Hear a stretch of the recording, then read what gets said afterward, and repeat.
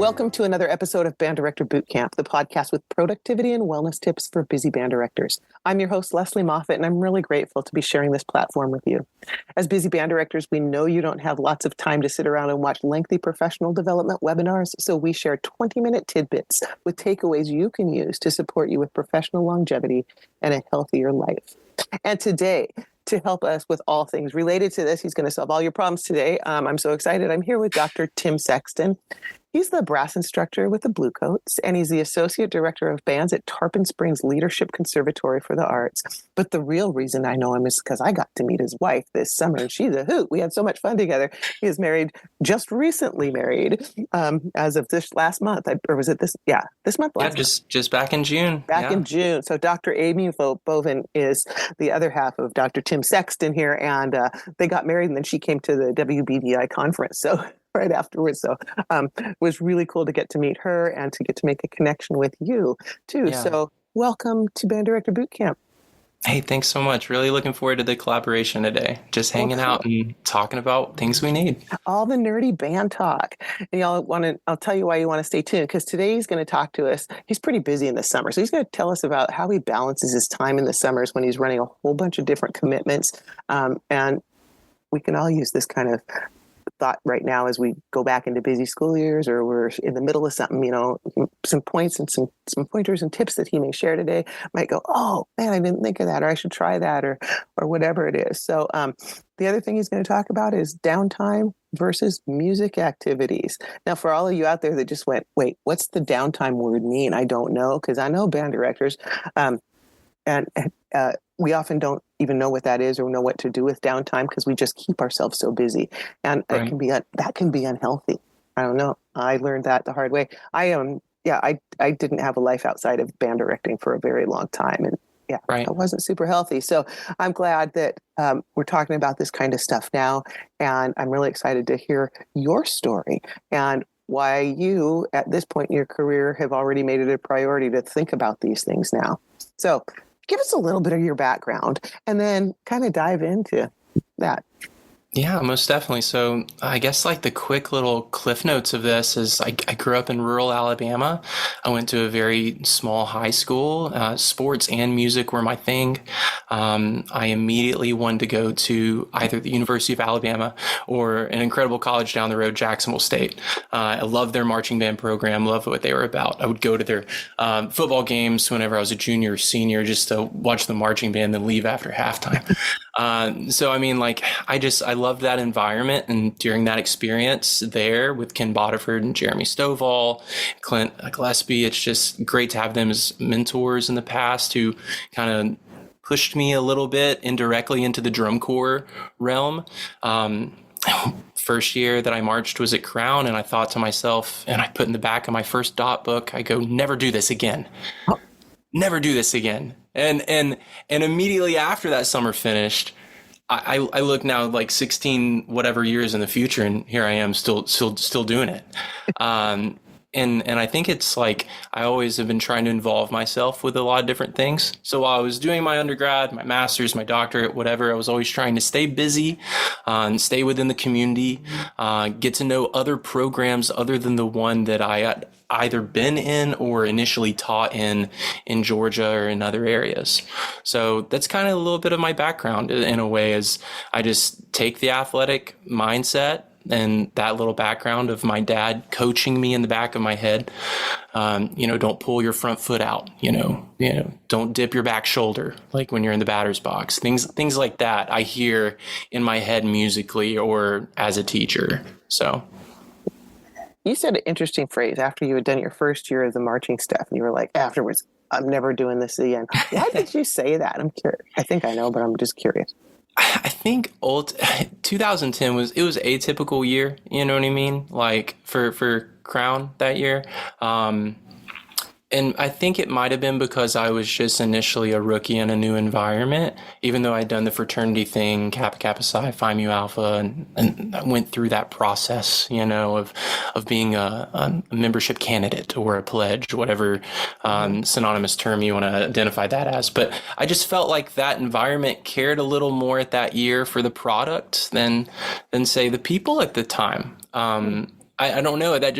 And I think when you get to the end of the year and one of your close friends breaks his leg on the side 135-yard line during finals, and he's had multiple surgeries thereafter, but still chooses to, out of the greatness of his, like the joy of the person that, Ryan Brandon is. Haven't talked to him in a couple years, but like he still serves that organization today. So, I mean, I returned that following year to that same organization, but in a way, I'm thankful that I did, because I got to see two different approaches from the same group back to back. One cared for a product because they were close to winning the prior year, and 2011 was like, let's just have fun and sound like $1 million while doing it. You know what I mean? Like you can have both. Oh, yes, you can. So. I noticed, the culture before content. All it's, we say it a million times, but you're right. I've always, I totally relate to what you're saying on that. But I was curious. I thought maybe you were going to say because it was so exhausting and it was just so hard that first year, and you didn't want to know if you were going to go back. And so I thought maybe that led you to learning how to manage your time and stuff, because that's sort of what we were going to talk about today. Yeah. And the like. So what got you to the point that at your time and space in life right now that you're really cognizant of intentionally doing these, balancing your work-life stuff instead of waiting until it's damn near killed you? Exactly. And like, I think it was as I was finishing my master's and starting the doctorate, like we were talking earlier about product before people, I found myself keeping myself as busy as possible with products as like a priority. Because at that time I discontinued being a band director to go to school full time. So I was working nonstop in order to like pay rent and feed myself.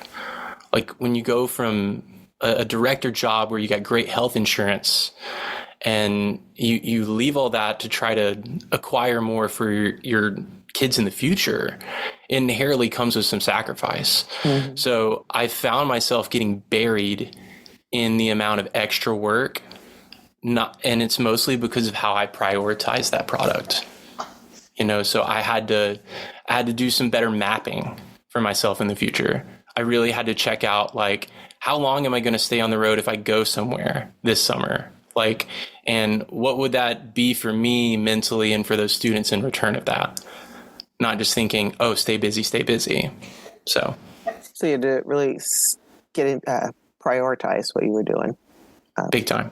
Mm-hmm. And I found myself, at least for a summer schedule purpose, I used to only give myself like a 24-hour window of something from returning from something to go to the next thing. Oh. Like, and at most it was 2 days. And I was like, next, on a plane, go to the next place, go teach at this next place. Because when you're called to do something, it's not like I'm in there having to run the full show wherever I go. It's just, I'm able to give back. That's just the kind of the way I view it. But it started to lead to some burnout for sure whenever I was in grad school. So share with us some strategies that you've used at any of these points in your life, whether it's with the schooling or as a teacher or whatever, to help you make those decisions on that. If it's not a hell yes, it's a no kind of thing. What do you have, like a filter that you use through things? Yeah, and then it's honestly, it's pretty simple in my brain for like what I say yes to, and that's ultimately like, well, how do you need me to serve? What do you need from me? Because at each place it's different. Like, mm-hmm. I serve a different role each place that I go. And if I can fulfill that, I ask, what's the time that you need from me? What's most pivotal for you? Let me compare it to my schedule right now. And I literally just pull up my phone. And in that same conversation, I use that as like a barometer for success. If your phone doesn't have a commitment for you, do you like automatically take it then? Or do you take a step back ever and say, let me look at the bigger picture for the month or anything? Or I mean, the family bullet notes are already there. You know what I mean? Like, so there are definitely some things I'm just like, hey, this is like blackout dates for this. You know what I mean? For myself. What you just talked about is a real great strategy. I use this with my clients a lot when they're like, I'm just too busy. I'm like, I don't have time to exercise. I'm like, what, do you just tell a parent I don't have time for the IEP conference? No, you put it on your calendar and you show up. So you need to go to your calendar for the next month. And so if you do that with like your family time and stuff, then you've already solved that problem so that when somebody calls you. So that's a really good strategy, Big is time. to Like the put in blackout anything that's date not thing. negotiable. Yeah. Yes, the blackout date thing has been a game changer a few years ago. So instead of that 2-day window around events, now it's more like 3 to 5 minimum. You know what I mean? And all the time in between is only spent with family. In the fall, my hibernation station and blackout day is Sunday. So like I have one spot in the house. If I'm ever going to be lazy, that's what I do in this one spot. I don't do work in that spot. And that's kind of like a James Clear Atomic Habit vibe of like, prioritizing like your environment based upon the action. Yep. So when I'm at home, I do that. When I'm at work, I do that. And when I'm on the road, I do that. I have like systems for my flow of the daily routine that keep me mentally like grounded during all the change. You know what I mean? You know, it's funny you say that, because like in this area, I can hibernate. When I come here, this is what I do. And I've noticed recently, and it was a habit for many years, and then I kind of went, oh, I do that. When I come home, the first thing I do is I change my shoes. And if I'm really dressed up, I change. My mom always made us change into our school clothes, or out of school clothes and into play clothes, because back in the olden days, you know. And I think that set me up for when I changed the costume or even the slippers, like Mr. Rogers, right? I go in a different mindset. Now I'm the mom. Now I'm in my house, and I'm Lesley. I'm home. When I've got the work shoes on and that maybe the blazer on or whatever, then I'm Mrs. Moffat, and I'm in a different mode. And just that physical change, or like you said, that space I go where I'm not expecting myself, I'm not letting myself do work there. So I intentionally take that time out. This is been a game changer. So great the blackout dates, the environment, dictating the action of what it is that you're about to embark on. Those things have been really big for me. Yeah.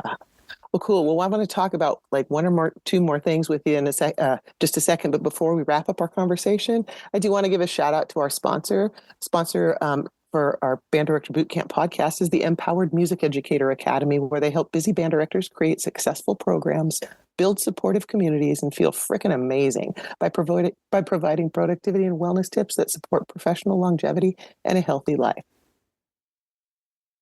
You're listening to the Band Director Bootcamp podcast, brought to you by the Empowered Music Educator Academy.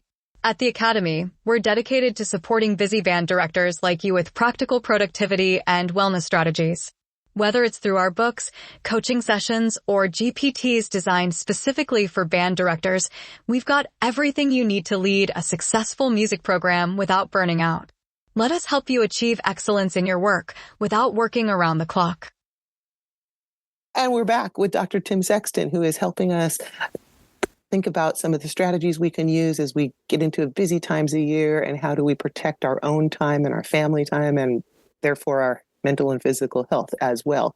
And it makes work better. So we've talked about blacking out dates for family events and the like, so that nothing gets put over those. The physical change of environment kind of thing, or changing the shoes, or having, designated spaces as you can for doing things to help you get in that mindset. And for me, I have since I'm not teaching this summer, I've blocked out from, office hours every day so that I'm still doing things. And I go and I put things that I'm going to be working on the specific days in my calendar. It's like my brain stops ruminating about it then.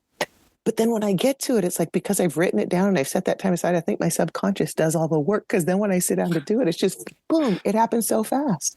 So anyway, we've got just a couple minutes here. So I wanted to see, first of all, you taught before the pandemic and all of that, right? And so you've got some experience, and then you've seen what's gone on since. How about let's think about our newer teachers that are kind of just stepping into the role, because I get a lot of folks here, some even pre-service teachers and the like. So let's take the next minute or two here to maybe give some ideas as they're starting their career. I'm damn near 4 decades into this. So I can say to my principal, well, I'm not going to be doing that. They can't necessarily do that. So maybe we can give a couple of things that are realistic for some folks at the beginning of their career, so they can stay in this career. What would be 1 or 2 more things you want to leave these people with? I would say I can kind of leave with what we started with, is like people over product kind of thing. So if you're entering a new job and you're a new teacher, the thing I would invest in is the community around you, and find out what it is they're accustomed to versus what it is they also crave for the future or desire, and like, how can you provide that through the education of their students through music and the opportunities that provides. So say if you got a couple classes in your daily routine that you feel have always been there, you're teaching this course because it's always been in the system, like, and then you just use it as an elective dumping ground, in the back of your head that happens. Well, what can you know about the community that helps fuel the class that you want to teach that actually serves that community for you? So I feel like that's a great way for everybody to get a win-win out of a situation that may seem like a lose at first. Yeah, that's super important. I know a lot of newer folks, and I did the same thing. So I'm outing myself, but I had a great high school and college experience in band. And I went into my first year teaching thinking they're going to do all the things. And I wanted to make everything just like I had experienced it. And, I wanted to please everybody. So I was doing everything everybody asked me to do, take the band for this and that and all. And it was, that was not probably the best approach. So that intentional, thinking about it, but investing in your community, that getting to know them, that's an investment that will pay dividends way long down the line. Huge. Yeah. Awesome. Well, appreciate that you're talking about this. We had one other thing that we didn't talk about before, but gosh darn it, I didn't write it down. Your Dalcroze. Tell us a little bit about the Dalcroze Eurythmics, because you said that something about that we might want to talk about a little bit about that and how that might be helpful. Oh yeah, totally. Or is that a bigger topic than we can cover in the next no, I can like kind of, and that kind of feeds off what we were talking about, even with the newer teachers, like whether you've been in the game a while or you've been in a moderate amount of time or you're just starting out. I feel like everybody being comfortable, being uncomfortable with movement alongside music, no matter the ensemble setting, it's a joy, you know what I mean, to facilitate that kind of experience. So if you feel like, if you're not getting an entrance together, well, how can you sing it? And then after a rep or two of singing it, how can you layer in just the kinesthetic something? Yes. Like, and it doesn't have to be the same, like, it doesn't have to be choreography. You know what I mean? It could be like, how can you show this accent through your motion? Show it somehow, you pick the way. Yeah, because the body will remember. The body, I mean, yeah, we're right. We underutilize that. Yeah, and so I know even in the summertime, like it doesn't matter if it's Spirit of Atlanta or Bluecoats or Tarpon Springs Outdoor Ensemble or the other groups out in Idaho or Utah I got to teach. Like, we're thinking about the step with the initial entrance and we're clapping the release point. You know what I mean? How do you start? How do you finish? And what are those impressions? And everybody just having fun dancing, And the endorphins that come with it, by the way, and all of the other things. I mean, you're literally, it's so good on so many levels, so many. But yeah, and I had a professor one time that said there is a dance in every piece of music. You can find a movement. So I don't know, the sitting still, and people not moving during concerts. I just don't understand that. It should be moving. So I could get off topic. And that's something I've got to send you after this, actually, literally, because in the summer we have rehearsals on Tuesdays for anybody that's in town at Tarpon. So we would call them Tarpon Tuesdays. And from 1 to 3, we see the jazz band. We're already starting to work on some Ellington stuff to submit for this next year and see what they got to say. But we were working on Moving Uptown. And we had the kids like just moving a little bit left and right, back and forth. And like, even though 2 and 4 is accented, whatever, it's like you got to feel 1 and 3 on a chart like that because you're dancing to it. And they were having a blast. So, and then the music gets better. Yep, it is a quick return. It really is. So. Well, awesome. Well, I appreciate your time today. I know I caught you in between events and the like, but I want to thank Dr. Tim Sexton for joining us today for this edition of Band Director Boot Camp. And I want to thank all you listeners who are making a difference in kids' lives through the magic of music education. The work you do matters, and so do you. Join us next time on Band Director Boot Camp for another episode of productivity and wellness tips to make your life a little easier.